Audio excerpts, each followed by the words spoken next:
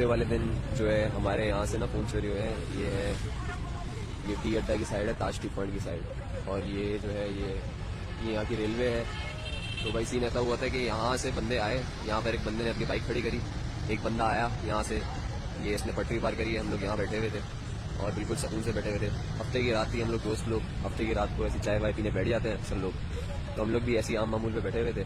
और यहाँ से बंदा आया, एक बंदे ने बाइक यहाँ पे खड़ी करी और एक बंदा उतर के आया, यहाँ से हमें लूटा, हमारे 5 मोबाइल लेकर गया।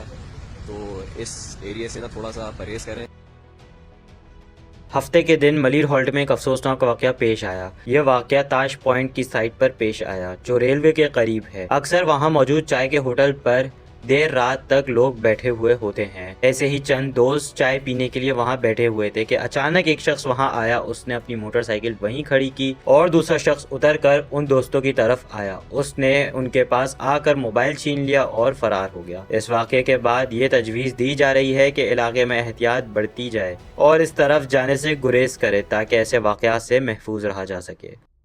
वॉन कराची की वीडियोस देखने के लिए हमारा चैनल सब्सक्राइब कीजिए और बेल के आइकन को क्लिक कीजिए ताकि आप हमारी तमाम आने वाली वीडियो से बाखबर रह सकें।